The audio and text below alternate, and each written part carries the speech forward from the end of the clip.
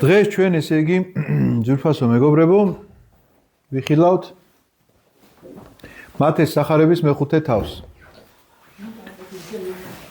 ეს უნდა გახსოვდეთ, დაიმახსოვროთ მათეს სახარებაში ასეთია წყობა.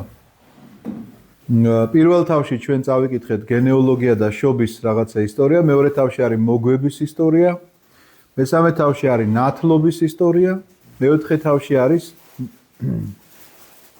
მესამე თავში არის იოანე ნათლისმცემელი და ნათლისღება და მეოთხე თავში არის გამოცდა.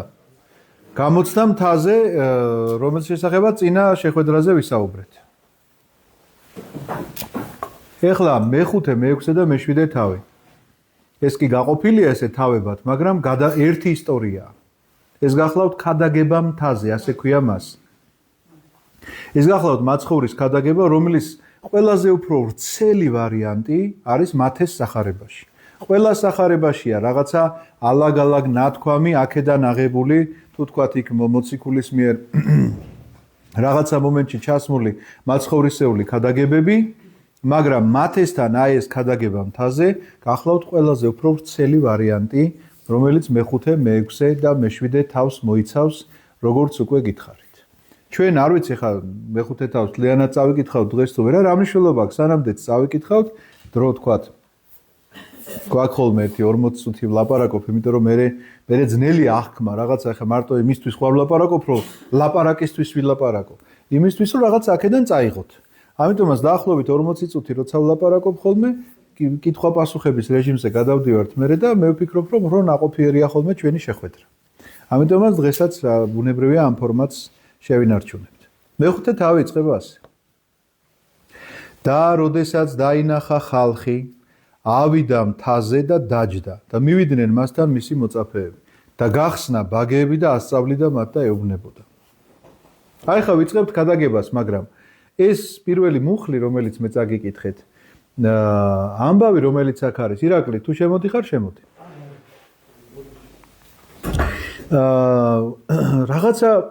რაღაცა კითხვებს ვადებდა ყოველთვის ჩემში. ნუ დაინახა ხალხი გასაგებია, ავიდა მთაზე, იმიტომ რომ შემაღლებულ ადგილიდან ადამიანი აღქმისთვის იცით რა, ნებისმიერი მოქმედება რაღაცა პედაგოგიკას გულისხმობს მაცხოვრის მიერ განხორციელებულს. რას გულისხმობ პედაგოგიკაში? იცით რომ ეხლა თქვენ მარტო ჩემს ხმას რომ ისმენდეთ და მე ვერ მხედავდეთ, აღქმა იმისა, რაზეც გელაპარაკებით, უფრო ნაკლები იქნებოდა. როდესაც ვიზუალური გამოსახულებაც არსებობს და უსმენ, არა მარტო უსმენ, ხედავ კიდეც მოლაპარაკეს, ეს კიდევ უფრო მეტად შემეცნებით ხდის იმას, რასაც ის ლაპარაკობს. ამიტომაც ასვლა მთაზე ნიშნავს, ჯერ ერთი ნიშნავს სულიერ ამაღლებას, თუ სიმბოლურ სახეებზე ვილაპარაკებთ და მეორე ნიშნავს იმას, რომ პირდაპირ პედაგოგიკაა, რომ რაღაცნაირად ამაღლებული უნდა იყოს ის, ვინც მოლაპარაკეა, უпроსტად გამოსაჩენ ადგილას უნდა იყოს, რომ ვიზუალურად მას კარგად ხედავდნენ ადამიანები, რომ აღიქვან უკეთესად, რაზეც ის ლაპარაკობს. მაგრამ შეკითხვა უფრო სხვა რამეშია. დაჯდა და მოვიდნენ მასთან მისი მოწაფეები, ანუ მისი მოწაფეები ირგვლივ შემოუსხდნენ და დანარჩენი ხალხი იმის ქვემოთ არიან კიდევ. გახსნა ბაგეები და ასწავლიდა. ბაგეები გახსნა და ასწავლიდა რას? ანუ ლაპარაკი დაიწყო და ამით ასწავლიდა. ეს იმას ნიშნავს, რომ სანამ ბაგეებს გახსნი და იქამდეც ასწავლიდა. ბაგეებ გაუხსნელად. ამიტომ სწავლება არსებობს ბაგისმიერი, როდესაც შენ ბაგეებს გახსნი და ასწავლი ადამიანს და სწავლება არსებობს ასევე ხმის ამბოუღებელი. და ეს არის შენი ცხოვრების წესი. აი ჩვენთვის, თანამედროვე ქრისტიანისთვის ეს არის შენი ცხოვრების წესი, იმიტომ რომ ხარ თქვათ სკოლაში მასწავლებელი თუ საავადმყოფოში ექიმი, არავითარი მნიშვნელობა არ აქვს ამას, რა პროფესიას ემსახურები, შენ ამბიონი არ გაქვს მოწყობილი იმისთვის, რომ დადგე ახლა და ქადაგების ჭეშმარიტებებზე ვინმე ელაპარაკო და მაცხოვრის განკაცებაზე და ასე შემდგომ. შენი ქადაგება გახლავთ სწორედ ბაგეების გაუხსნელად. შენი ცხოვრების წესი, შენი პატიოსნება, შენი სარწმუნოება, შენი სამართლიანობა, შენი რაღაცნაირად აი დამოკიდებულება ყველაფერ ამასთან ერთად, იქ თანამშრომელთან, იქ ოჯახის წევრთან, იქ მეზობელთან, იქ მეგობართან, თუ მხოლოდ ისე იქცევი, რომ ეს საშენო მოქმედებებია და ეგოისტურია, მაშინ ვერავინ ვერ იქნება შენი გამომყოლი, თუნდაც იმაში, რომ ვაიმე, როგორი ადამიანია, მოდი მეც დავიწყებ ერთი იმ ეკლესიაში სიარულს, სადაც ეს დადის, იმიტომ რომ თუ ასეთი სათნოებით იმოსებიან იქ ადამიანები, ნუ მაშინ მეც მინდა. ხო არის ეს მისიონერობა. მაგრამ ახლა წარმოიდგინე, ადამიანებმა იციან რომ დადიხარ ეკლესიაში. რომ იქ მარხვა რო არის, ესე იტყვი, არა, ეგ არ მომიტანოთ, მარხვაზე ვარ. იქ რაღაც ის არის, რა ქვია, და არა მე ხა დღეს წირვაზე უნდა წავიდე. სამაგიეროდ მოხდა სამსახურში ხარ და რაღაცა ისეთი მოხდა და უცბად რო იტყვი რომ მაგას არ ეღირსო სხვალინდელი დღეო. იქ ხო დამთავრდა შენი სარწმუნოება. იქ ხო თავდაყირა დააყენე ეს ყველაფერი რომ გუში რო თქვი რომ ეს არ მომაწოდოთ მარხვაზე ვარ და ხვალ სამსახურში შემაგვიანდება წირვაზე ვარ. აი ბაგეების გახსნას რა შეიძლება მოყვეს. ამიტომ ბაგეების გაუხსნელად უნდა ვქადაგებდეთ ჩვენ და ბაგები როდესაც გაიხსნება, მაშინ ძალიან უნდა ვაკონტროლებდეთ ჩვენ თითოეულ სიტყვას. რა სიტყვის ადამიანი რას ამოთქვამს, იმიტომ რომ გაბრაზდება და რომ გამწარდება, განსაკუთრებით მაშინ ვერ აკონტროლებს, თორე ისე იცით ახლა როგორც ლაპარაკობ, სულ ასე ვიღიმი, მაგრამ აბა გამაბრაზეთ ერთი ნახავთ მე როგორ დავიწყებ ლაპარაკს. ამიტომაც ამ სიბრაზეში არის სწორედ გასაკონტროლებელი ეს ყველაფერი და არა მაშინ, როდესაც ასე მსხედვართ და გაღიმებულები რაღაცა სადღეგრძელოებს ვიძახით სუფრასთან.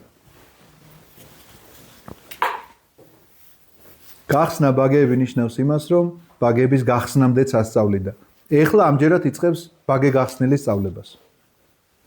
და იწყებს ნეტარებების მუხლების ჩამოთვლას, რომელი ნეტარებების მუხლები ჩვენ ზეპირად უნდა ვიცოდეთ, არა საზეპირო როგორც ლექსი, არამედ როგორც მისი შინაარსი.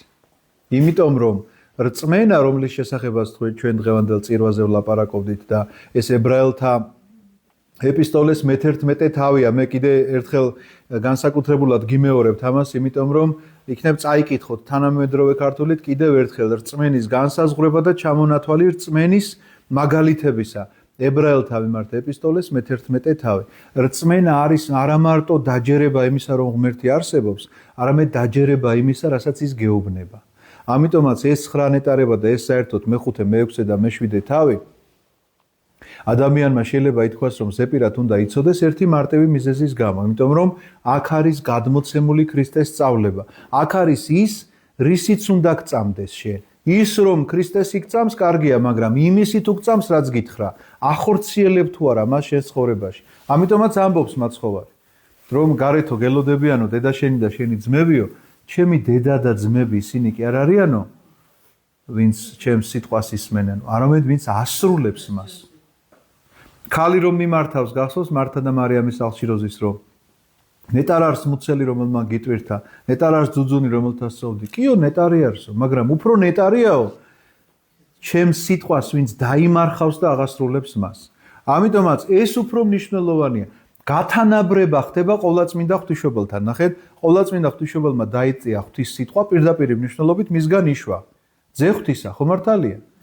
გაათანაბრა მაცხოვარმა და ამბობს ნეტარია მუცელი რომელმაც გიტვირთა, კი ნეტარიაო ამბობს, მაგრამ ნეტარია ამავდროულად თანაფარდობითად ნეტარია ადამიანი, რომელიც ჩემს სიტყვებს არა მარტო მოისმენს, არამედ დაიმარხავს მას, არამედ დაიმარხავს ნიშნავს, რომ შეინახავს და თავის ცხოვრებაში აღასრულებს, განახორციელებს ამას ყოველივეს. ამიტომაც ეს ქადაგება ჩვენთვის უმნიშვნელოვანესი ქადაგებაა და საზეპიროა არა ლექსად, არამედ ცხოვრების წესით. პირველი მუხლი. ნეტარ არიან ღატაკნის სულით, ასე წერია თანამედროვე თარგმანში. ნეტარ არიან ღატაკნის სულით, რადგან მათია ცათა სასუფეველი. ნეტარ იყვნენ გლახაკნის სულითა, ჩვენ გალობა ასე გვესმის, ხო? ყოველ წირვაზე ეს ხო იგალობება, ეს თქვენთვის უცხო ტექსტი არ არის. ეს არის ხოთაშორის აღსავლის საგალობელი. მოდით ახლა ესე გახსოვთ ლიტურგიის განმარტებას, ოდესაც ვაკეთებდით. მე გითხარით, რომ ეს არის საფეხურები. პირველი საფეხური არის 100, მეორე ფსალმუნი. მეორე საფეხური არის 145 ფსალმუნი. მესამე საფეხური არის ნეტარებები. ამ საფეხურით შევდივართ ჩვენ წირვის მდგომარეობაში და როდის შევდივართ რა ხდება ამ ნეტარებების მუხლების წაკითხვის მერე რა ხდება? მღვდელი გამოდის სახარებით და შემოუვლის ტაძარს და შედის საკურთხეველში. ხო მართალია? რატომ? რას განასახიერებს ეს?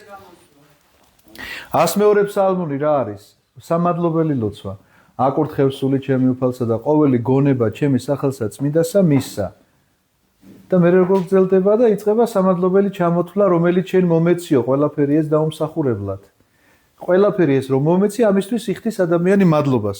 პირველი საფეხური გახლავთ მადლიერება, მეორე საფეხური რა გახლავთ, როგორ იწყება 155 ფსალმუნი, აქებ სული ჩემი უფალსა, ვაქებდე უფალსა ცხოვრებასა ჩემსა. რას ნიშნავს? პირველია მადლიერება, მეორეა ქება, მესამეა ქადაგება, რომელი ქადაგებითაც დაიწყო მაცხოვარმა თავისი მოღვაწეობა. ნეტარიყვნენ გლახაკნის სულით არამედ თუ მათი არ სასუფეველიცათა და ამის შემდგომ ამ ქადაგების პირდაპირი განსახიერებაა, რომ ქრისტე გამოვიდა და ქადაგებს სახარების გამობრძანება, ნიშნავს ქრისტეს გამობრძანებას საზოგადოებაში. ის იწყებს ქადაგებას და ამ მუხლებით იწყება ეს ყველაფერი. ნეტარიყვნენ გლახაკნის სულით არამედ თუ მათი არ სასუფეველიცათა და შესვლა საკურთხეველში. ძველი ლიტურგიის წესი ასე იყო, რომ ამ დროს დღევანდელ დღესაც თქვენ მღვდელმთავრის წირვაზე თუ დადგებით, ნახავთ, რომ მღვდელმთავარი გარეთ ესწრება ამას ყველაფერს, პირველ საფეხურსაც, მეორე საფეხურსა და მესამე საფეხურზე შედის საკურთხეველში. ანუ იწყება უკვე ლიტურგია. იქამდე არის ეს საფეხურებრივი ზეახსვლა, რომელიც გახლავთ სულიერი საფეხურები, რა თქმა უნდა, იქ მართლა რეალურად საფეხურზე არ უდგამთ ფეხს, მაგრამ სულიერი მადლიერება, ქება და ქადაგება, რომელთაც იწყება ქრისტეს მსახურება. ნეტარ არიან ღატაკნის სულით, რადგან მათია ცათა სასუფეველი.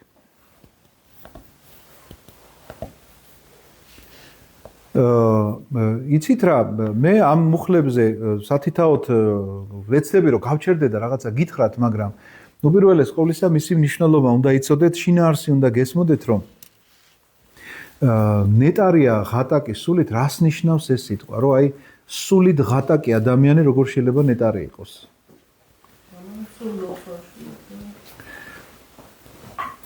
სინამდვილეში ეს ასე არის, რომ უნდა შეადაროთ რეალურად ღატაკ ადამიანთან. აი სულიერი სიღატაკე უნდა შეადაროთ, რეალურად ღატაკი ადამიანი არის ვინ? ვინც არაფრის ყველაფრის უქონელია, მოკლედ ასე ვთქვათ. არაფერი არ გააჩნია. ღატაკი ადამიანს ვეძახითვის, ვისაც არაფერი არ გააჩნია. სახლი არ აქვს, კარი არ აქვს, ჩასაცმელი არ აქვს, საჭმელი არ აქვს და არაფერი. რისი მედად ცხოვრობს? უფრო ხალხის ამ შემთხვევაში შეიძლება ითქვას, რომ ეს ღატაკი ადამიანი გამოსულია და კი უფლისიმედ თუ მორწმუნეა, რა თქმა უნდა, უფლისიმედად ცხოვრობს, მაგრამ ძირითადად მაინც ხალხის საშუალებით არის, ხო? ვიღაცა ვთქვათ, შეიძლება ღამე შეიფარა, ვიღაცამ ჩააცვა, ვიღაცამ, მაგრამ თვითონ ეს განცდა რა აქვს, რომ უნდა ითხოვოს ეს ყველაფერი. ანუ თვითონ ზუსტად იცის, რომ სახლი არ გააჩნია, ღამის გასათევი უნდა ითხოვოს. საჭმელი არ გააჩნია, საჭმელი უნდა ითხოვოს. რაღაცა სითბო აკლია, სითბო უნდა ითხოვოს და სწორედ ესეთი მდგომარეობა, სულიერი მდგომარეობა. თუ კი ადამიანი განიცდის ამ სიღატაკეს, ღმერთისგან ითხოვს ამას ყოველივეს. როგორ ჩვენ ადამიანისგან ვითხოვთ იმ დანაკლის, რაშიც სიღატაკე გამაჩნია. რო არ მაქვს ფული, მივდივარ და ვეუბნები, მურმან მომეცი ფული, მჭირდება, დამეხმარე. თუ აქვს მურმანს მაძლევს, თუ არ აქვს, ვეუბნება, რომ ცოტა ხანი მოითმინე და გამოგიჩენს ღმერთიო. ხო და აი ეს გახლავთ სიღატაკე ერთი ვთქვათ, რაღაცა არ მაქვს და ამ დანაკლის მე ვიღაცისგან ვითხოვ და მეორეა სულიერი სიღატაკე და თუ გაცნობიერებული მაქვს მე ჩემი სულიერი სიღატაკე, ისიც მაქვს გაცნობიერებული, ვისგან უნდა ვითხოვდე ამას. იმიტომ რომ ფულის მოსათხოვნად კი ვიცი, ვისაც მივადგე, მაგრამ აი ამ სულიერი სიღატაკის შესავსებად ვის უნდა მივადგე, ეს გახლავთ სწორედ კეთილგონიერება. სხვათა შორის არსებობს ამაში არაკანონიკური წიგნები თუ არის, ეხლავე წაგიკითხავთ. ამაში არ არის არაკანონიკური წიგნები. ასეთი არაკანონიკური წიგნი არსებობს სიბრძნე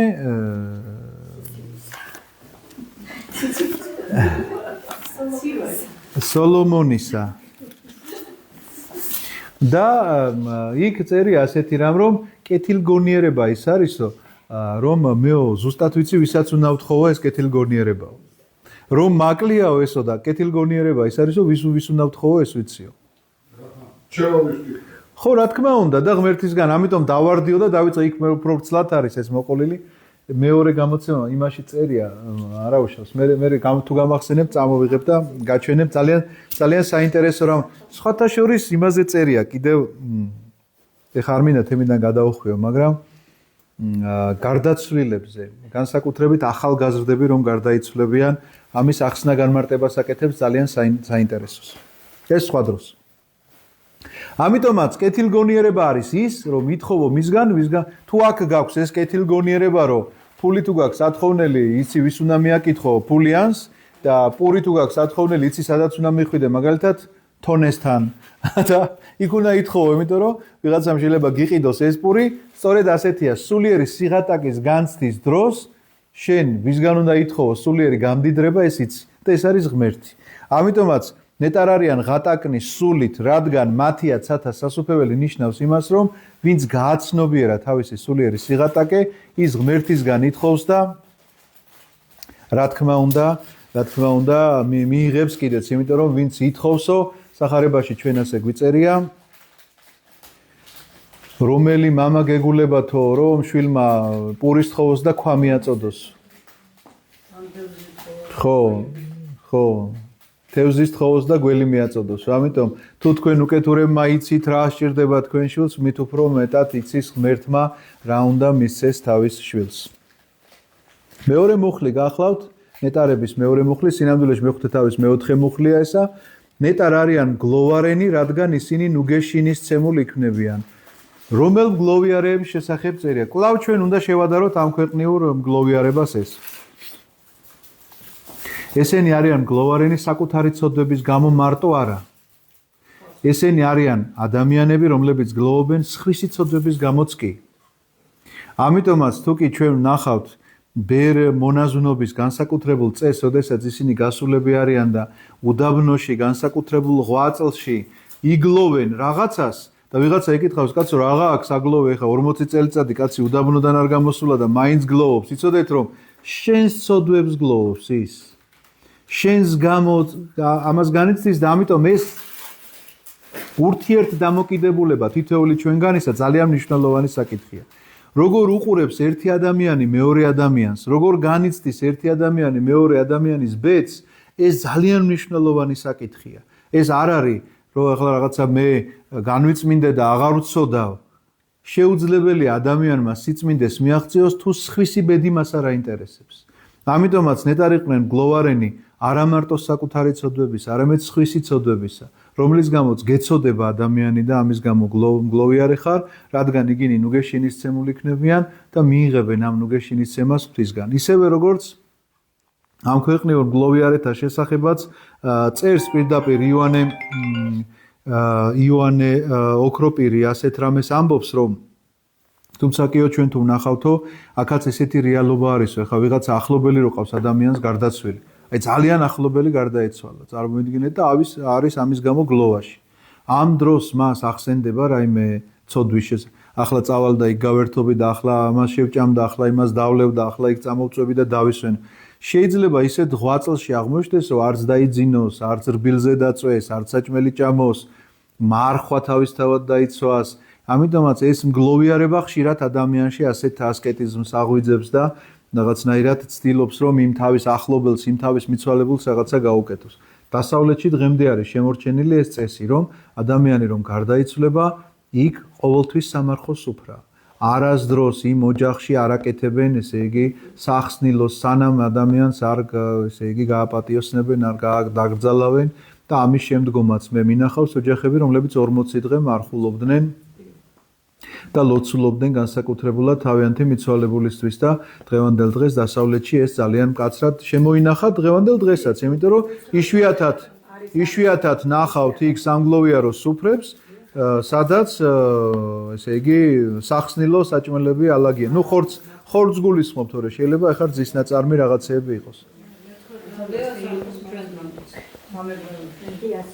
ნეტარი იყვნენ თვინიერნი, რადგან ისინი დაიმკვიდრებენ დედამიწას. იცით რა, ეს თარგმანები. კი, ასე იქნება. ნეტარი იყვნენ 7, რამე თუ მათი არის სასუფეველი ცათა. ამიტომ ეს თარგმანები ყოველთვის არ შეესაბამება, მინდა გითხრათ იმ რეალობას, რაზე წერია. ნეტარი იყვნენ 7, რამე თუ მათ დაიმკვიდრონ ქვეყანა. სიმშვიდე რას გულისხმობს, იცით? ვინ არის მშვიდი ადამიანი? მშვიდი ის კი არ არის, ვინც არასდროს არ აღელდება. არასდროს არ აღელდება, შეიძლება მშვიდიათ იყოს სულიერად ავადმყოფი ადამიანი. მართლა გეუბნებთ, არასდროს არ ღელავდა, შეიძლება იყოს ერთი რაღაცა მდგომარეობაში და უყურებ მას და არასდროს არ აღელდება. ამ სიმშვიდეზე არ არის ლაპარაკი. მშვიდ ადამიანში იგულისხმება ის, როცა იცის, როცა უნდა აღელდეს. და როდის არ უნდა აღელდეს. აი ეს იგულისხმება სიმშვიდეში. და ჩვენ ვნახულობთ სახარებაში, რომ მაცხოვარი აღელდა კი არა, შოლტი შეკრა და გამოყარა ადამიანები დაძრიდან. ხო მართალია, მაგრამ ეს არ იყო ეგოისტური მოქმედება. ეს მოქმედება არ იყო, რა მე მჭირდება და ამისთვის დავარღვიე მე ჩემი სიმშვიდე, რომ ახლა მე ჩემს პატივს, ჩემს ღირსებას შეურაცხყოფს ვინმე, ან რაღაცა ამის გამო ვარღვევ მე ამ სიმშვიდეს, ეს ასე არ არის. ეს შეიძლება სჭირდებოდეს რაღაცა, ანუ როდის უნდა თქვა და როდის არ უნდა თქვა, აი ეს განსაზღვრება, აი ეს სიბრძნე გახლავთ სწორედ სიმშვიდის მოპოვება. ეს თუ მოიპოვა ადამიანმა, სწორედ იმ სიბრძნის ფლობელია, როდის სად როგორ უნდა მოიქცეს. ამის შესახებ არის ლაპარაკი, თორე ნეტარი იყვნენ 7, ანუ არასდროს არ ღელავს, ასე არ იფიქროთ თქვენ ეს ამბავი. ნეტარ არიან სიმართლისათვის მშიერ მწყურვალნი, რადგან ისინი დაპურდებიან. რას გულისხმობს ახლა ეს მუხლი? ნეტარი იყვნენ, რომელთა შიოდეს და წყუროდეს სიმართლისათვის, რამე თუ იგინი განძღნენ. აი ეს მუხლი გახლავთ, ესა ძველ ქართულად ასე ჟღერს. ახლა მე ვკითხულობ ასეთ ამბავს. ყველაზე მტანჯველი გრძნობა რა შეიძლება გქონდეს ადამიანს? რა შედარება არის აქ მოტანილი? ყველაზე მტანჯველი გრძნობა ვიღაცას გონია რომ ან ტკივილია, ან რაღაცა კიდე სხვა შეიძლება იყოს რაღაცა უპასუხო სიყვარული. ან ასე შემდგომ. ყველაზე მტანჯველი გრძნობა არის, როდესაც წყურია და წყალი არ გაქვს. იმიტომ რომ ეს არის ტანჯვა, რომელმაც შეიძლება სიზმარში ძილის საშუალებაც არ მოგწეს, იმიტომ რომ იმ ტკივილისგან, ფიზიკური ტკივილისგან ადამიანი ხანდახან იღლება და ითიშება მაინც. და ეს არის ტანჯვა, რომელიც გათიშვის საშუალებასაც არ გაძლევს, იმიტომ რომ ღამე რო დაწვევი და თუ წყალი წყურია, მთელი ღამე შეიძლება გესიზმრებოდეს როგორც გახარ მდინარესთან და სვავ ამ წყალს და ვერ სვავ სინამდვილეში. და ეს არის ტანჯვა. ძალიან დიდი ტანჯვა. რატომ არის ეხლა რომ ამასთან არის შედარებული ეს ყველაფერი, რომ მე თუ კი ან მშია და ან მწყური ესეთი შემაწუხებელია ჩემთვის, რომ ეს არის ამაზეა მთელი ჩემი საზრუნავი გადაგებული. თუ მწყურია წყალი უნდა მოვიპოვო და გადავივლი ამისთვის უდაბნოში რო ჩამაგდონ, ვიხოხებ მუხლებზე რომ მივახციო სადმე ოაზისამდე, სადაც წყალს მოვიპოვებ. ხო მართალია? ამიტომაც როდესაც წერია რომ ნეტარი იყვნენ, რომელთა შიოდეს და წყუროდეს, ოღონდ აქ კი არ მთავრდება წინადადება. სიმართლისათვის. ანუ შენში როგორ გრძნობასაც იწევს წყურვილი და შიმშილი, აი ასეთი რამ უნდა გჭირდეს სიმართლისათვის. ოღონდ ამ სიმართლესაც ეხა შეფასება სჭირდება. მე ძალიან ვერ ვიტან უსამართლობას, ვიღაცისგან გაიგონებთ, ხო, ბევრისგან გაიგონიან. მე ვერ ვიტან უსამართლობას. ოღონდ რომელ უსამართლობას ვერ იტანს? მის მიმართ რომ ჩადიან თუ სხვის მიმართ რომ ჩადიან? ხო, თუ უსამართლობას ვერ იტან, მაშინ ვერც ერთ გამოვლინებას ვერ უნდა იტანდე. მაგრამ თუ ხედავ რომ სხვას აგერო გადაუარეს თავზე და რა ჩემი საქმეაო იტყვი, მაშინ შენ უსამართლობას ვერ ვიტანო, ასეთი რამ არ უნდა თქვა. ესე იგი ძალიან კარგადაც იტან უსამართლობას, ოღონდ სხვას თავზე აღსრულებულს. მაგრამ იგივე უსამართლობა თუ შენ შეგეხება, მაშინ ვერ იტან. ან იგივე უსამართლობას შენ თუ ჩაიდენ სხვის მიმართ, შეიძლება საკუთარი თავი ასე არ გაკიცხო და თქვა რომ ნუ ახლა იცით რა, რაღაცა გამოუვალ მდგომარეობაში აღმოჩნდი და იქნება ისიც გამოუვალ მდგომარეობაში აღმოჩნდა, ვინც შენს მიმართ ჩაიდინა უსამართლობა. ამიტომაც, როდესაც წერია ნეტარი იყვნენ, მშიერნი და მწყურნალნი სიმართლისათვის ნიშნავს იმას, რომ ეს გრძნობა თუ გაქვს, უნდა გქონდეს ამისი განცდა ისევე როგორც საკუთარი თავის მიმართ განიცდია უსამართლობას და როგორ პასუხობ მას, ასეთივე განცდა უნდა გქონდეს სხვის მიმართ. ამ უსამართლობის განცდა შეიძლება მოთმინებით გადაიტანოს ადამიანმა, არაფერი არ თქვას, არაფერი არ მოიმოქმედოს, მაგრამ უსამართლობის განცდა რა თქმა უნდა კი ვერ გაქრება მაშინ რომ უსამართლოდ მოეპყრენ, არაფერი, უბრალოდ თავდაბლობით მოითმინოს.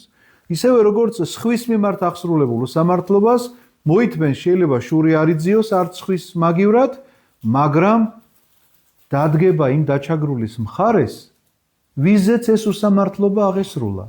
იმიტომ რომ მას შიმშილის და წყურვილის მსგავსი გრძნობა გააჩნია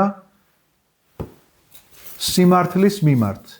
აი ეს არის ამ ნეტარების განმარტება. გასაგებია?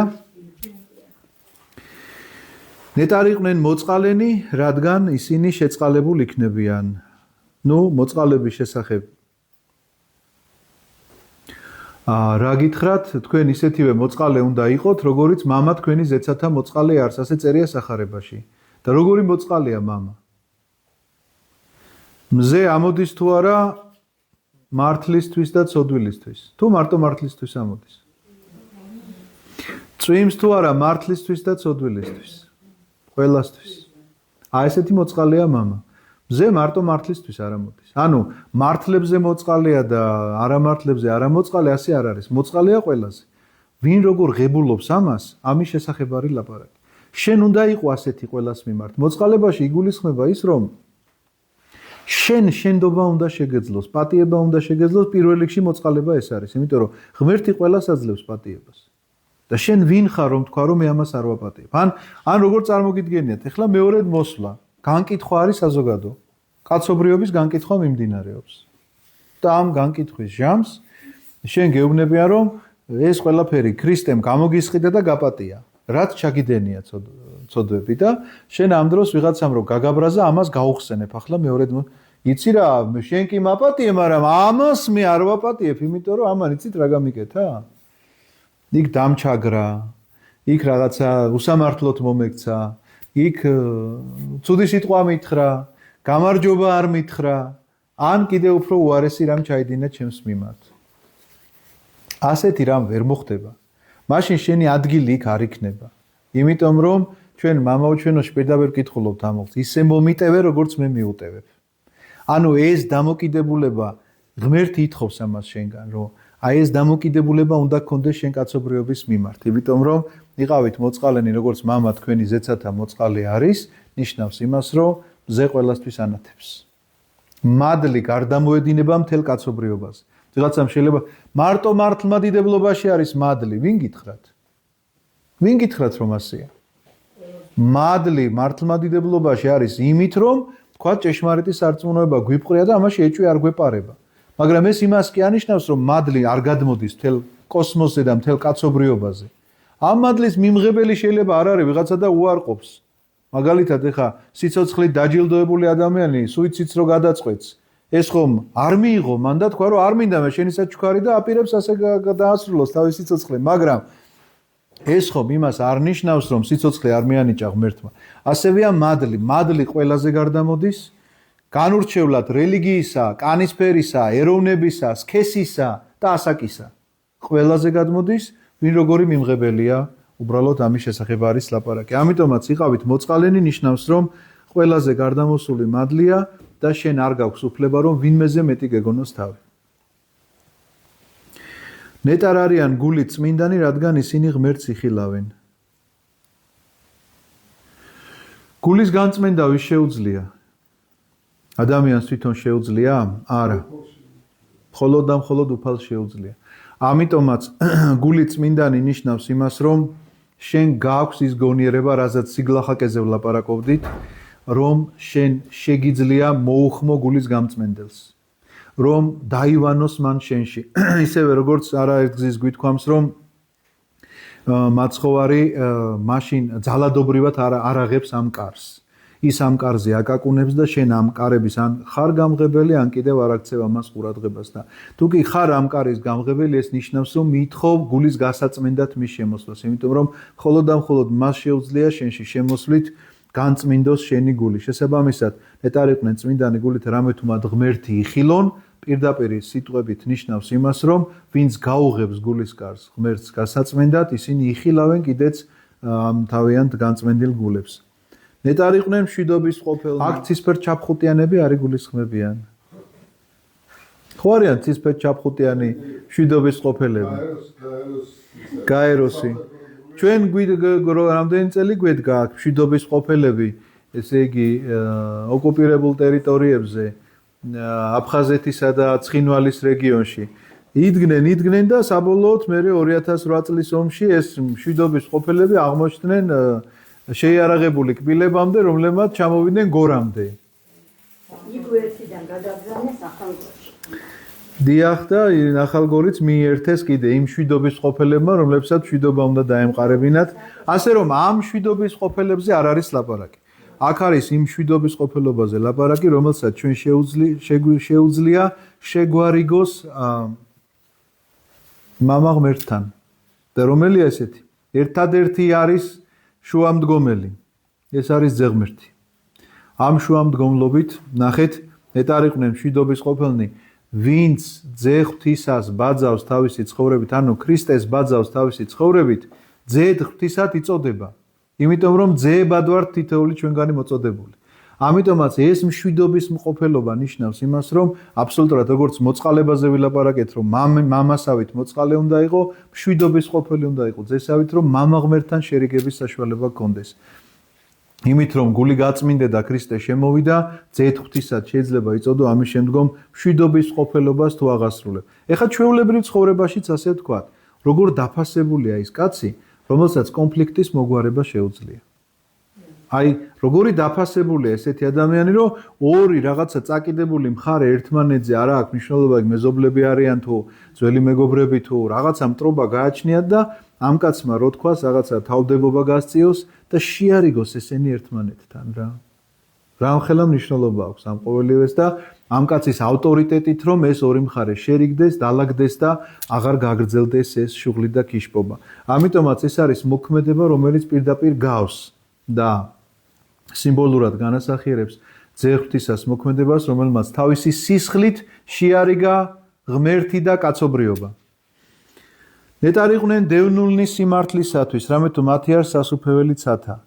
სიმართლისათვის დევნულება ნიშნავს ნებისმიერი ქრისტიანობისთვის რო დევნიდნენ თავისთავად სიმართლისთვის დევნულება არის, მაგრამ ისე რაღაცა ყოფით ცხოვრებაში შეიძლება ადამიანი მართალი იყოს და მას არ უჯერებდნენ ამ სიმართლეს და ისეთ ერთხელ ასეთი საოცარი რამ ვნახე იმაში ბელგიაში არის ომბუდსმენის ოფისი ქალაქ გენტში. მე მგონი გენტში. შეიძლება მეშლებოდეს ქალაქი. ომბუდსმენის ოფისი არის და გარე გამოხატული ზედ მამაკაცი და ქალბატონი და ეს ქალბატონი ამ მამაკაც ძუძუს აწოვებს პატარა ბავშვივით. ხო და ცოტა გაუგებარია სად ომბუდსმენის ოფისი, სად ეს ქანდაკება, სად რაღაც ის აი აბსოლუტურად გაუგებარი ამბავია და ჩვენმა საყვარელმა მეუფე დოსითეოზმა მოგვიყვა ასეთი ამბავი, რომ რატომ არის ეს ომბუდსმენის შენობაზე მსგავსი რამ გამოსახულება, რელიეფური გამოსახულება არის. რომ კაცი დაიჭირეს მკვლელობის მუხლით. ბრალდებოდა მას მკვლელობა, რომელიც არ ჩაუდენია. და ვერ ამტკიცებდა ეს თავის სიმართლეს, ყველას ეგონა რომ ეს კაცი იყო მკვლელი და მიმდინარეობდა მოკლედ თითქოს გამოძიება, მაგრამ ამ გამოძიებამ ფაქტიურად დაადასტურა, რომ ეს კაცია მკვლელი და ერთადერთი რაც გადაწყვიტეს, რომ როგორც უნდა მოეკლათ, შეაგდეს კამერაში და თქვეს, რომ შიმშილით მოკვდეს. და არავის მისი ნახვის უფლება არ ქონდა, გარდა მისი ქალიშვილის, რომელიც ამ დროს ჩვილი ბავშვის დედა იყო და შედიოდა და თავის მამას კვებავდა თავისი ბავშვის რძით. და ეს კაცი იცოცხლობდა რაღაცა იმდენი ხანი იცოცხლა, რომ ეგონათ რომ შეერი უნდა მომკვდარიყო, არ მოკვდა. და ამ დროს გაირკვა სიმართლე, რომ ეს კაცი არ იყო მკვლელი და გაათავისუფლეს ეს კაცი და როგორც ნიშანი რაღაცა სიმართლის აღდგენისა, აი ესეთი რელიეფური გამოხატულება არის და წარმოიდგინეთ ახლა დევნული სიმართლისათვის. ამ კაცს არაფერი არ დაუშავებია და იჯდა ციხეში და ასე სასწაულებრივად მოხდა მისი გადარჩენა. რო შეხედავ ახლა ცოტა გაგაკვირვოს შეიძლება, რაღაცა ცოტა სხვა რამე იფიქრო, რომ რა ხდება, რა ის არის, მაგრამ ასეთი ისტორია აქვს ამ ყოველივეს. ეს გამახსენდა ძალიან საინტერესო ისტორია სხვათა შორის გენტი არის ის ქალაქი და მეორე ბრიუგე ანგენში ან ბრიუგეში მოკლედ ანგენში ან ბრიუგეში უფრო გენში ეს თუ მოხვდებით მოკლედ ამ ქალაქს ძალიან პატარა და ძალიან საინტერესო ქალაქია ისტორიული მანქანები არ დადიან მიდიხარ ესე იგი მითი რა ქვია რაღაც ტრანსპორტით მიდიხარ და შიგნით მე შეგიძლიათ იმოძრაოთ ფეხით ან ტრამვაით მანქანები საერთოდ არ მოძრაობენ ამ ქალაქში ველოსიპედებით არის ძირითადი ისა რა ქვია სამოძრაო და ძალიან საინტერესოა რა მე თვითონ მივლინებით ვიყავი საპატრიარქოდან ასე რომ დედარ იყვნენ სად ვიყავით მშვიდობის ყოფილნი სიმართლისათვის დევნულნი როგორც უკვე მოგახსენეთ ანუ სიმართლისათვის დევნულება თუ მტყვანი ხარო მოციქული წერს და ამის გამო გდევნიანო ეგ რა გასაკვირი და რა საქებარიაო მაგრამ სიმართლისთვის რომ მიდევნები და შენ ამას მოთმინებით იტან იმიტომ რომ როგორც დღეს სარწმუნოებაზე ლაპარაკის დროს ვამბობდით რომ იმ ქალაქს ელოდები რომელი ქალაქიც ესე იგი არ გინახავს მაგრამ გწამს ამ შემთხვევაში რა თქმა უნდა მათია საცა სასופველი ნეტარ ხარ თქვენ როდესაც გგმობენ გდევნიან ყოველგვარ ბოროტს ამბობენ თქვენზე ჩემს გამო ზაირა დამოცადე ნეტარ ხარ თქვენ როდესაც გმობენ გდევნიან და ყოველგვარ ბოროტს ამბობენ თქვენზე ჩემს გამო იხარეთ და ილხინეთ რადგან დიდია თქვენი საზღაური ცაში ასევე დევნიდან წინასწარმეტყველთ რომლებიც თქვენზე ადრე იყვნენ ბოლო ეს ანუგეშო სიტყვებია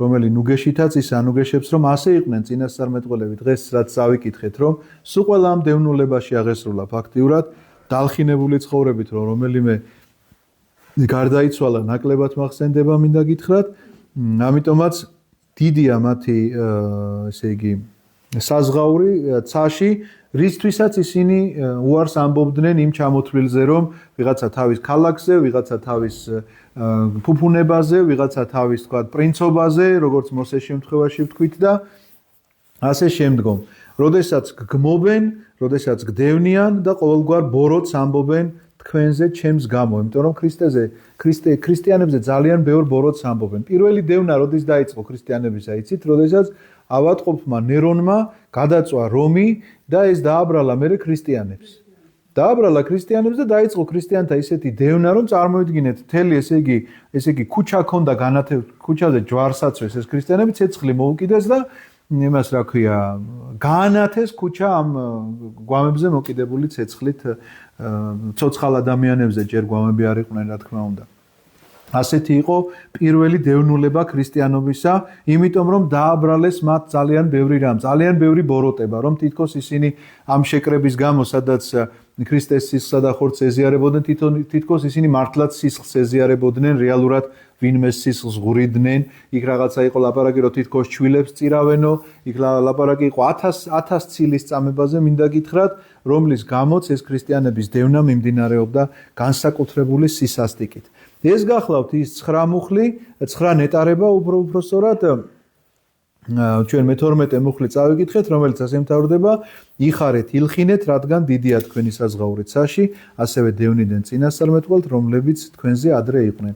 ჩვენ ახლა ბევრი დრო აღარ დაგვჭა, მაგრამ შევეცდები 1-2 მუხლი კვლავ წაგიკითხოთ ამ ქადაგებიდან, იმიტომ რომ ეს ქადაგება, როგორც გითხარით, 3 თავი გრძელდება. და ამ თავს ბოლოში ვერ გავალთ დღეს ჩვენ საკმაოდ დიდი თემაა, მაგრამ ერთ აბზაცს შევეცდები კიდევ წაგიკითხოთ. თქვენ ხართ მარილი მიწისა, ხოლო თუ მარილი გამოიფიტა, რიღათი დამარილდეს. ეს ძალიან მნიშვნელოვანი ფრაზა არის, უნდა დაიმახსოვროთ ყველა.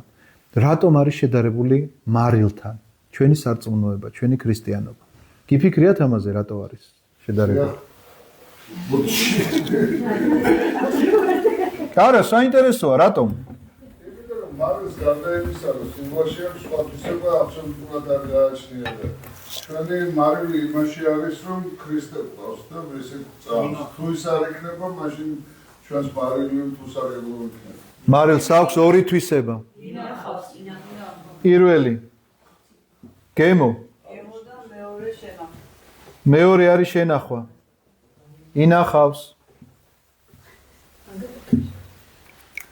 გემოს აძლევს და ინახავს. ამიტომ თუ არ იქნები მარილი, შენ სარწმუნოებას გემო არ აქვს. თუ არ იქნები მარილი, სარწმუნოებას ვერ შეინახავ. გაფუჭდება ეს სარწმუნოება. იმიტომ რომ ზერელე გახდება შენთვის ეს ყველაფერი. იმიტომ რომ თუ მარილი გამოიფიტა რიდღა დამარელდეს რის საშიშნავს, იცი? თუ ამან დაკარგა მარილმა თავისი თვისება, ან გემოვნური თვისება, ან შენახვის თვისება. აი ჩემ ბავშვობაში სულ მარილს ინახავდნენ ხოლმე იმას, რა ქვია, რო დაკლავდნენ რაღაცა საკლავებს და იმას, ყველაფერს მარილს საყრიდნენ, მთელი წელიწადი იმას არაფერი არ მოსდიოდა საერთოდ. არაფერი არ მოსდიოდა, იმიტომ რომ მარილს აქვს შენახვის თვისება. ასეთია სარწმუნოება შენი. თუ შენ არ გაგაჩნია აი ეს თვისებები, რაც მარილს გააჩნია, რომ ინახავდე უნდა შენ სარწმუნოებას და გემოსაძლევდე ამას ყველაფერს, იმიტომ რომ თუ არ გეგემრიელება შენი სარწმუნოება, მაშინ როგორ არის, ცი გბეზრდება. თუ არ გეგემრიელება ის, რომ მიუხედავად იმისა, რომ ყინავდა დღეს და თბილი ლოგინიდან უნდა გამოძურე და აქ უნდა წამოხვიდე და სიცივეში დაადგე 2 საათი და მე კიდე აქ 1 საათი ჩემს იმას უსმინო, კიდე უფრო მეტ ყინვაში. ეს თუ არ გეგემრიელება, იცოდეთ რომ ამას აუცილებლად ყავლი გაუვა. აუცილებლად ყავლი გაუვა, იმიტომ რომ ერთხელ მოხვედი შეიძლება ჩემი ხათრით და მეორეჯერ ჩაის ხათრით და მესამედ იმის, რა ქვია, შოკოლადიანი ნამცხვრის ხათრით და მეოთხედ იტყვი რომ მოიცა რა, აგერ სახლში ჩაიც მაგ და შოკოლადიანი ნამცხვარიც. იმიტომ რომ იმ გემოს ვერ გებულობ, რომელი გემოც ამ სარწმუნოებასთან ახლავს და ამის შენახვაზეც უკვე აღარ ზრუნავ. ამიტომ ეს ამ ორი თვისების გამო არის შედარებული ეს ყველაფერი მარილთან. ის უკვე აღარაფრად გამოდგება, მხოლოდ გარედ უნდა გადაიყაროს კაცთანგან გასათელად. აი ესეთი გახლავთ სარწმუნოება ადამიანში, რომელმაც თუ გემო დაკარგა და თუ ესე იგი შენახვის თვისება დაკარგა, ის გარეთ გადასაგდებია და თვითონ აგდებს ამას ადამიანს ფეხის გასათელად, თვითონვე თელავს ამას.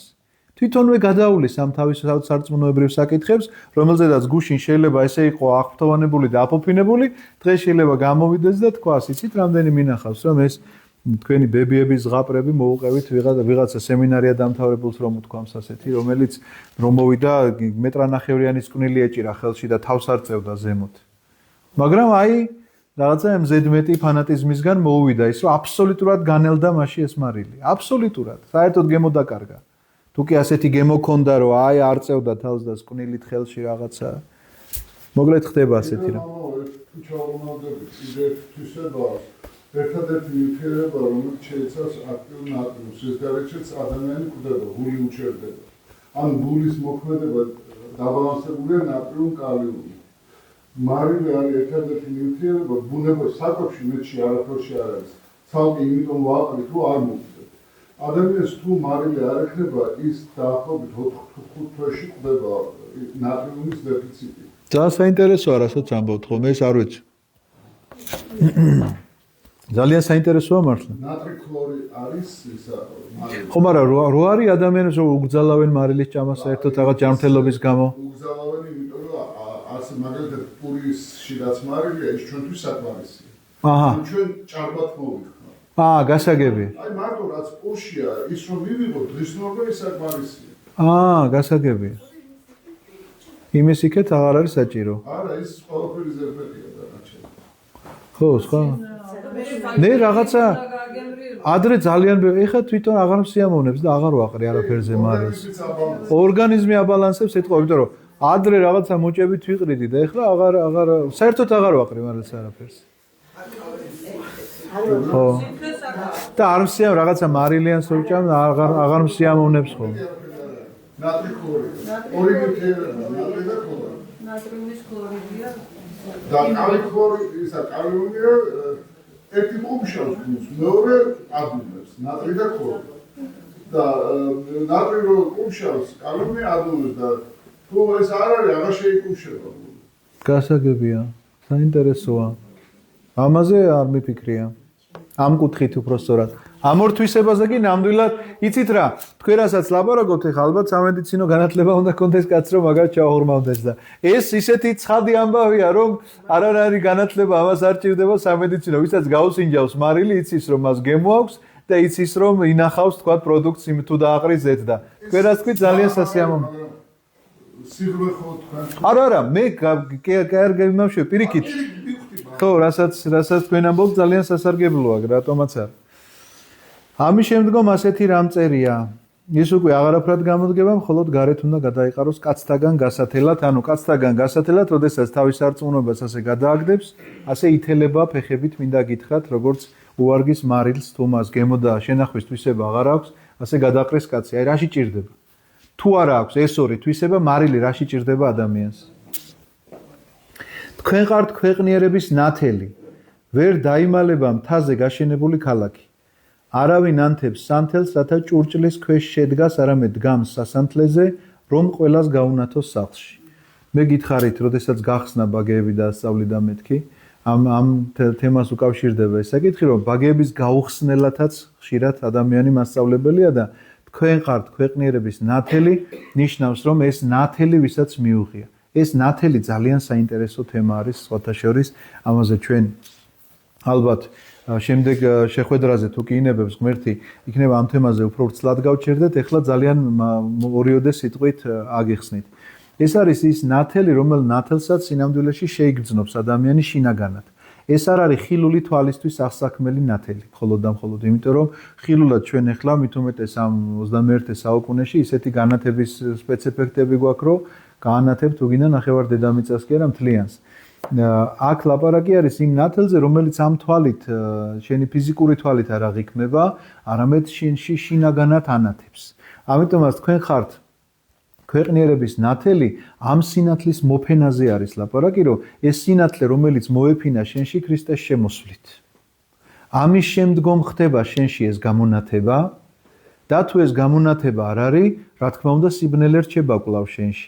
ამიტომაც ვერ დაიმალება მთაზე გაშენებული ქალაქი, ეს იგავი არის მოტანილი, რომ თუ შენში ეს სინათლეა შემოსული, ვერაფრით ვერ დამალავ შენ ამ სინათლეს, ძალიანაც საერთოდ რომ მეტყველების უნარი არ გქონდეს, მაინც ვერ დამალავ ამ სინათლეს, იმიტომ რომ ეს მეტყველებით კი არ გადმოიცემა და რაღაცნაირად ლამაზი სიტყვებით კი არ არის გამოთქმადი.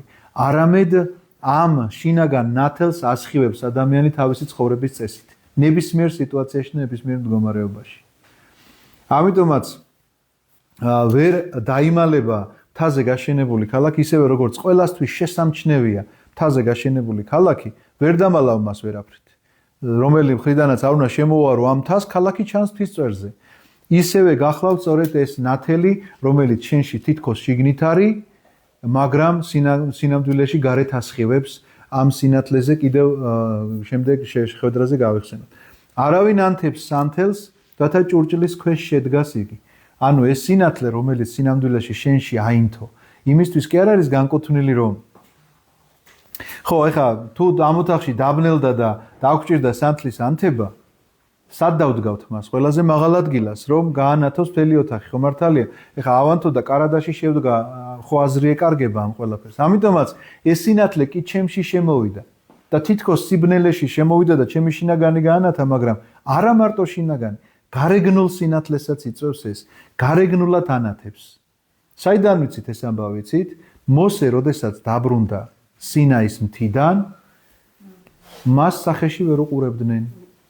მან ჩადრი ჩამოიფარა, რომ საზოგადოება მასთან ვერ კონტაქტობდა, ისეთი გამოსხივება ჰქონდა, პირდაპირ მნიშვნელობით, აი ესე ასხივებდა ისეთ სინათლეს, რომ მასთან ვერ კონტაქტობდნენ ადამიანები და ჩადრი ჰქონდა მოხვეული და ასე ელაპარაკა, ამ ჩადრს იხსნიდა მაშინ, როდესაც კარავში შედიოდა, სადაც მას ღმერთი ელაპარაკებოდა და კანონებს იწერდა ღმერთის მიერ ნაკარნახებს. ამის როცა გამოდიოდა კვლავ ჩადრს იხვევდა. ამიტომაც ეს სინათლე, მიუხედავად იმისა, რომ მაშინ შინაგანად შევიდა, როდესაც მან იქ სინაის მთაზე გამოცხადება იხილა, შინაგანად შემოსულმა ამ სინათლემ გარეგნულადაც ესეთი შედეგი გამოიღო. არამედ დგამს სასანთლეზე, რომ ყველას გაუნათოს სახლში. ამიტომაც ეს ნათელი, რომელიც შენშია შემოსული, არის არა იმ მნიშვნელობის, რომ მხოლოდ შენთვის კი არ მოგეცა ეს. ანუ ნათელი, რომელიც შენში შემოვიდა, არ არის მოცემულობა იმისთვის, რომ მხოლოდ შენი შინაგანი გაენათებინა, არამედ დგამს სასანთლეზე, რომ ყველას გაუნათოს სახლში. როგორც აქ დავდგამთ, თქვათ, მაღალ ადგილას, რომ ყველას გაუნათოს, ასეთი უნდა იყოს შენში ეს სინათლე, რომ სხვას უნდა უნათებდე გზას. სხვას ამ სინათლისკენ უნდა იწვევდე, ამ სინათლის მიმღეობისკენ უნდა იწვევდე.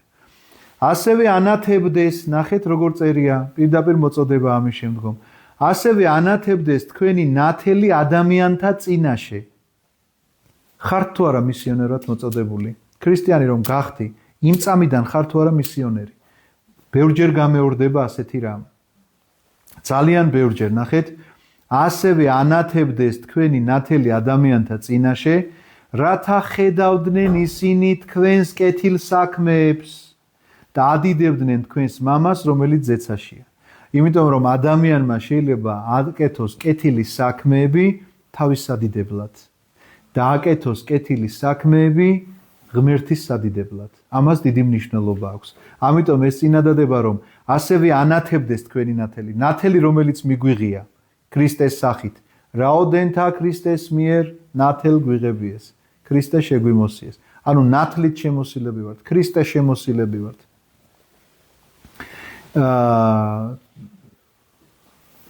ანათებდეს თქვენი ნათელი ადამიანთა წინაშე, რათა ხედავდნენ ისინი თქვენს კეთილ საქმეებს, ანუ თქვენს მიერ აღსრულებულ კეთილ საქმეებს და ადიდებდნენ ვის? თქვენ კი არა, თქვენს მამას, რომელიც ზეცაშია. დღეს ამით დავამთავრებთ. ჩაი თუ გვაქვს დამისხით კიდე. რა თქმა უნდა, მიუბრუნდეთ არაერთგზის, იმიტომ რომ ეს მე ძალიან მოკლედ მოვყევი. მე ძალიან დიდი ხნის წინ სანამ ეკლესიაში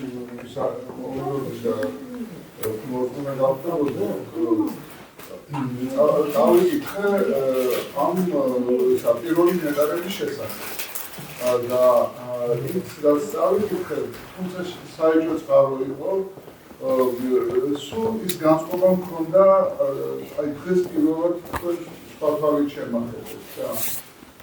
ეს იყო მაისტერ ეკჰარტის პირდაპირ ამ ნეტარებაზე დაწერილი რა, ხო და ის ესე წერდა, ეხლა ვერ ამიდა კითხოთ, რომ ეს შესწავლით ხო არ მახსოვდათ, რომ რაღაც ნაწილი აქედან შეიძლება რომ ისე მახსოვდეს და რას გულისხმობთ, არ ვიცი.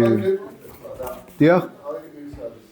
ის წერდა ესე რომ სული ღატაკი არის ადამიანი, რომელსაც არაფერი არ იცის, არაფერი არ სურს და არაფრისკენ არ ესწრაფის გარდა უფლის ნებისა, რომელსაც აღასრულებს უფლის საშუალებით. რა თქმა უნდა. ეს რა თქმა უნდა წმინდა მამათა მიერ არის ნაკარნახევი, ასე ხსნის ამას იოანე ოქროპირი, ასე აი თანამედროვე ქართველი კარგი მქადაგებელი და აქვს კონკრეტულად ეს საკითხი შეგიძლიათ მოიპოვოთ ინტერნეტის საშუალებითაც არის საშუალება. გაბრიელ ეპისკოპოსი კიკოძე ძალიან საინტერესო პიროვნება, წმინდანია, შეგვეციოს მისი წმინდა ლოცვა. დიახ, მას წიგნი აქვს დაწერილი ცდისეული ფსიქოლოგიის საფუძვლები, რომლითაც ძალიან დიდხანს როგორც სახელმძღვანელო ისე ასწავლიდნენ სტუდენტებს. ეხლა არ ვიცი. რუსეთის სემინარიაშიც კი, იმიტომ რომ ის ისეთ პერიოდში მოღვაწეობდა, როდესაც კათოლიკოს პატრიარქის ტახტი წართმეული ჰქონდა, გაუქმებული ჰქონდა და რუსი ეგზარქოსები მართავდნენ საქართველოს ეკლესიას. ამიტომ მისი ნაშრომი რუსულ ენაზე არის დაწერილი, ქართულადაც ითარგმნა, მაგრამ ეხლა ჩვენ ნეტარებებზე ვლაპარაკობთ. მას აქვს განმარტება ცალკე მამაო ჩვენოსი, ცალკე 9 ნეტარებისა და ცალკე ეფრემ ასურის ლოცვისა. მე მგონი არ მეშლებს. შეგიძლიათ იქ ნახოთ ეფრემ ასური ისა გაბრიელ ეპისკოპოსს პირდაპირ ასე წერს. ნეტარიყვნენ გლახაკნი არის ადამიანი, რომელიც არის ჩვეულებრივი გლახაკის მსგავსი, რომელსაც უქონელია და არაფერი არ გააჩნია და ერთადერთ ნუგეშად ეგულება ამ გლახაკს ვიღაცა ადამიანი, რომ გამოართვას რაღაცა საჭიროების მიხედვით და ამ გლახაკს, სულიერ გლახაკს ღმერთისკენ აქვს მიპყრობილი თვალი, როგორც ესე იგი დამხმარე. მამა როგორც განცდაში მაქვს რა, რომ ჩვენთვის თავი არის გვიყვარდეს უფალი და ადამიანი. დიახ. და როცა უფალი რამე ზრუნდება, ამით გვასწავლის როგორ გვიყვარდეს უფალი და როგორ გვიყვარდეს ადამიანი. დიახ. სხვანაირად არის ის სულიერი მდგომარეობები, რომელიც ჩვენ გაგვაწყობს იმ მდგომარეობის გარკვეულ რომ მივიღოთ ეს სიყვარული ადამიანის და აი ეხლა ჩვენ რაც გძავნეთ იქაც ყველა იმაში ნეტარებაში არის მიმართება უფლის მიმართ და ადამიანის. კი ბატონო.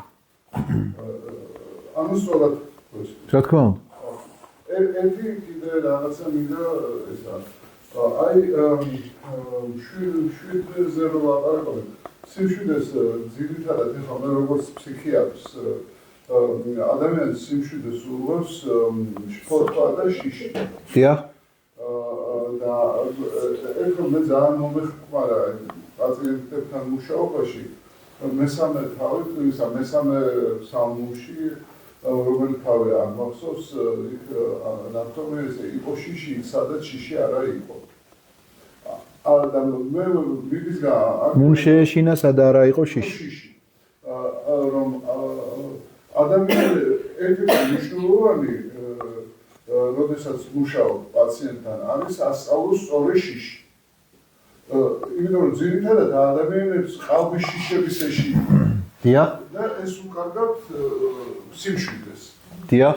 და იწვევს შფოთვას. დიახ. ხო და აი ამ იმაში რომ ნეტარარიან შვიდი შედის ესეც რომ ადამიანს სწორად ეშინოდეს თუ ეს არ ხარ. შვიდნი? ნახეთ, ახლავე წაგიკითხავთ. შიშის სახელს ორმაგი გააზრება აქვს. რადგან არსებობს ბუნებითი შიში, როდესაც არნებავს სულს სხეულისაგან განყოფა, დასაბამიდანვე შთანერგილი აქვს რა მას შემოქმედის მიერ სხეულისადმი ბუნებითი თანალმობა და მითვისებლობა, ამიტომაც ბუნებითად არის რომ ეშინია მას შეურვებულია და გაურბის სიკვდილს. ეს გახლავთ სიკვდილის შიში სხეულისა და სულის გაყოფის შესახებ და ეს ბუნებითად არის ადამიანში. ძნელი ხო არ იყო რაც წავიდე? ამგვარი შიშის განსაზღვრება შემდეგია. ბუნებითი შიში ესაა არსის დამცავი განრიდებითი ძალა, მართლაც თუ ყველაფერი არარსებობიდან შემოვიდა არსებობაში შემოქმედის მიერ. ბუნებითად აქვს ყველას არსებობის და არსებობის სურვილი, შესაბამისად მათთვის ბუნებითად არის თვისობრივი საარსებოთა მიმართ აღძრულობა. ამიტომ, როდესაც ღმერთი სიტყვა კაცი გახდა, მასაც ჰქონდა ეს სურვილი, ავლენდა რა ერთი მხრივ ეს უკვე ქრისტეს შესახებ არის რა შიშებზეა ლაპარაკი. არსებობს კიდევ შიში, რაც წარმოიქმნება აზრთა ღალატის, ურწმუნოებისა და სიკვდილის ჟამის არცოდნის შედეგად. როგორც მაგალითად გვაშინებს ღამით მომხდარი რამ ხმაური. ეს შიში ბუნების გარეგანია და განსაზღვრავს რა მას ვამბობთ ბუნების გარეგანი შიში არის გაუაზრებელი განრიდება. ეს შიში უფალს არ მიუღია, ნუ ეს კვლავ ქრისტეზე გადადის, ვთქვათ, რომელი შიში მიიღო, რომელი არ მიიღო. მაგრამ ის რომ ჭეშმარიტად შეეშინდა, მას ამას ამბობს სამღვდელო ათანასე აპოლინოს წინააღმდეგ სიტყვაში. ახლა ჩემი სული შეძრწუნებულია, როდესაც ამბობს. ეს შიშია. თუმცა კი უფალი იმას კი არ წარმოაჩენს, რადგან არაარსებულს როდი უწოდებს იგი არსებულად, ისე თითქოს მოჩვენებითად ხდებოდეს. რასაც ამბობდა არამედ ბუნებითად და ჭეშმარიტად მოხდა ყოველივე და შემდეგ, მაგრამ ღმრთება არანაირად არ შეიწყნარებს ამ ნებულებას, აქ ლავ საფრთხო და იმის ბუნების შესახებ არის. მე აქ შიშების იმაზე მინდოდა წამეკითხა და მართლა ვითხრათ სხვა თავი გადამიშლი ეს არის შიში, რომელიც ქრისტემ მიიღო და რომელიც არ მიიღო. ამიტომ თუ ვიპოვე იმასაც წაგიკითხავთ. თუმცა კი ესეც ხო საინტერესოა, არსებობს ბუნებრივი. აი ეს ორი რო არის, რო ეგ არის გადასარევი. მოიცადე ვიპოვე მგონი.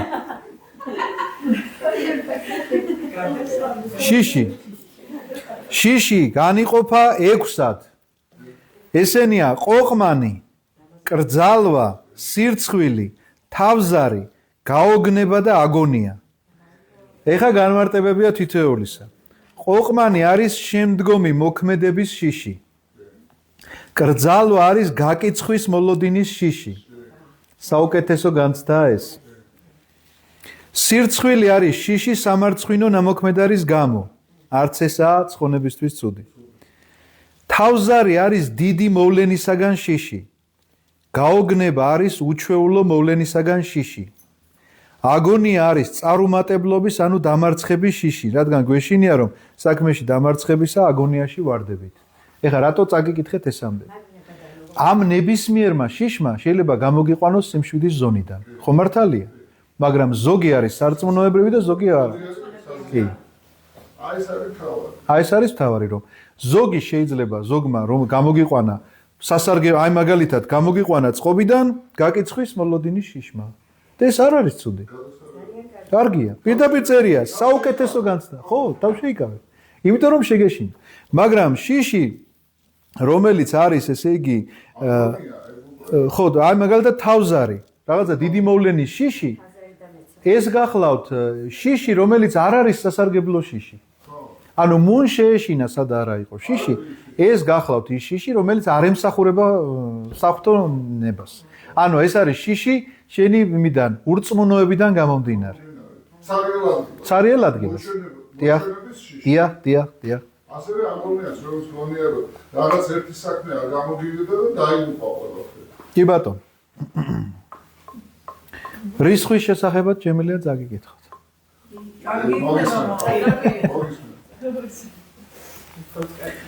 რისხვა არის სისხლის დუღილი გულის გარშემო. რაც წარმოიქმნება ნაღველი საორთქლებისა თუ ამღვრევის შედეგად. ამიტომაა რომ მას ბერძნულად ეწოდება აგრეთვე ქოლე ან ქოლოს, ესე იგი ნაღველი. ზოგჯერ მრისხანება, აგრეთვე სანაცვლო შურისძიების სურვილი, რადგან როდესაც შეურაცხყოფენ, ან მიგვაჩნია რომ შეურაცხყვეს, მრისხანებთ და მაშინ ეს განცდა ხდება ნაზავი ნდომისა და რისხვისა. რისხვის სახე სამია: წყრომა, რასაც ბერძნულად ეწოდება ქოლე, ქოლოს, იგივე ნაღველი, გაავება და გაბოროტება. დასაწყისი და აღძრულობა რისხვისა ითქმის წყრომად, რასაც როგორც ითქვა ეწოდება აგრეთვე ქოლე. გაავება ანუ მენის არის ბერძნულად მენის არის გახანგრძლივებული მრისხანება, იგივე ამეხსიერება, ანუ ბერძნულად მნენის კაკია.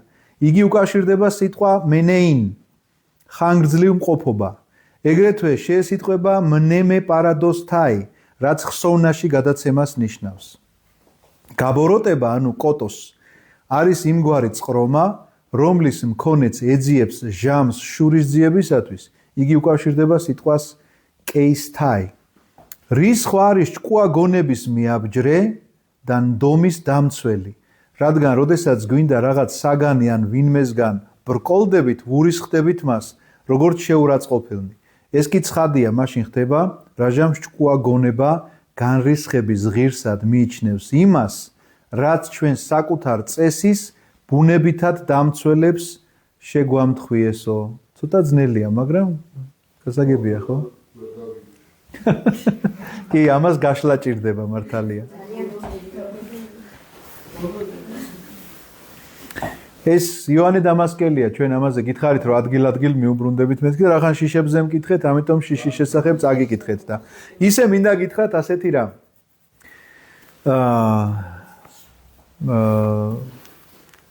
დაწვრილებითი მეცნიერული გამოძიება ახასიათებს დასავლურ სამყაროს.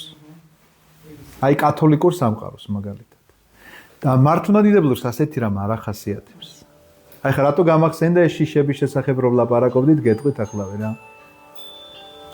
არის დასავლურ სამყაროში ასე თომა აქვინელი, გაგიგიათ? აი თუ მას ნახავთ, ესე იგი თითეული გრძნობა აქვს განხილული, აი ეს შიში აქ ვარ ამად განიყოფა. იქ კიდე დაწვრილებით აქვს ყველაფერი აღწერილი, აი რა გითხრათ. ჩადის ისეთ სიღრმეებში, ნეის ვეღარ წავიკითხე რა, დავანებე თავი რა. მართალი გითხრათ, ეხლა რომ შევისწავლე კარგად, თუმცა კი ძალიან საინტერესოა. ძალიან საინტერესო. ეხლა რასაკეთებს მართლმადიდებლობა? მართლმადიდებლობისთვის უმნიშვნელოვანესი საკითხი არის ხსნის საკითხი, გადარჩენის საკითხი. აი ხა რას გულისხმობს ერთხელ ბატონმა ედი შერბა მოიყვანა ასეთი მაგალითი და სულ მახსენდება. ახლა წარმოიდგინეთ ორმოში რო ვიყო ჩავარდნილიო. ჩემი უპირველესი ამოცანა რა არისო, რომ რამენაირად ამოვიდი ამ ორმოდან, ხო მართალია?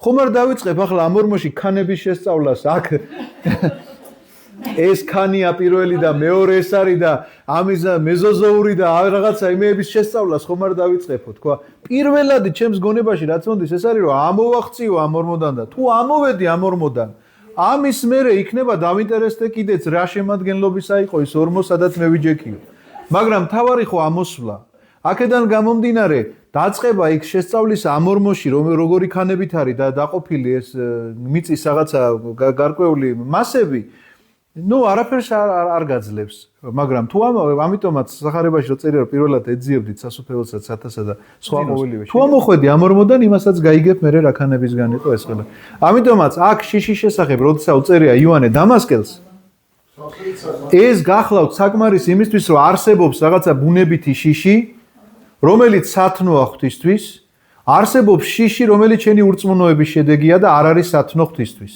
ამიტომაც ამის გამოძიება მე ყოველთვის გაგახსენებს რომ შიში რომ შემეშინდა ახლა მე რომ რაღაცა ვთქვა საქციელი არ ჩამედინა ეს სათნო შიშია თუ შიში იმისა რომ რაღაცა მომაკლდებოდა მოკლედ კომფორტი ამის გამო შემეშინდა ეს არასათნო შიშია ამის მიხედვით ვაკეთებ განსაზღვრებას და თუ უფრო ვინმე წვრილად აინტერესებს ამ გრძნობების განხილვა მიმართეთ თომა აქვინელს დარწმუნე მართლა გეუბნებით თუ ცალია მართლა იმიტომ რომ აქ რაზეა იცით ლაპარაკი დაახლოებით აი ტომეულები აწყვია ასე ამ თომა აქვინელს და თვითეულ ამ გრძნო იქ მრისხანებაზე იქ შიშზე იქ რაღაცაზე აი რა გითხრათ ტომეულები ალაგია შეგიძლიათ მართლა ვინც დაინტერესდა რაღაცა კონკრეტული საკითხით შეიძლება ახლა მე არ მოგიწოდებთ რომ ჩაუჯდეთ მეთქი იმიტომ რომ ის არის რა ქვია სტულის მაგრამ ხო და ეს სიმშვიდეს მოყვა ყველაფერი რომ ამ სიმშვიდის ზონიდან გამოყავხარ სწორედ ამ მდგომარეობას კიდე შეიძლება სხვა მდგომარეობამაც გამოგიყვანოს რაღაცა პირადულმა მაგრამ რახან შიშის მიმართულებით ვლაპარაკობდით ამიტომ დამასკელი დავემეც ნებისმიერმა რამემ შეიძლება სიმშვიდე დაუკარგოს თუნდაც ბევრი ქონება შეიძინოს და სიმშვიდე დაუკარგოს რომ არ დაუკარგო ეს ქონება ამის დაკარგვის შიშით ესე იგი წყობიდან იყოს გამოსული ვერც ღამე იძინებდეს და ვერც დღე კარიკატურული მიდია როგორ იცავენ თავიდან დია მოურჩით მადლობა ღმერთს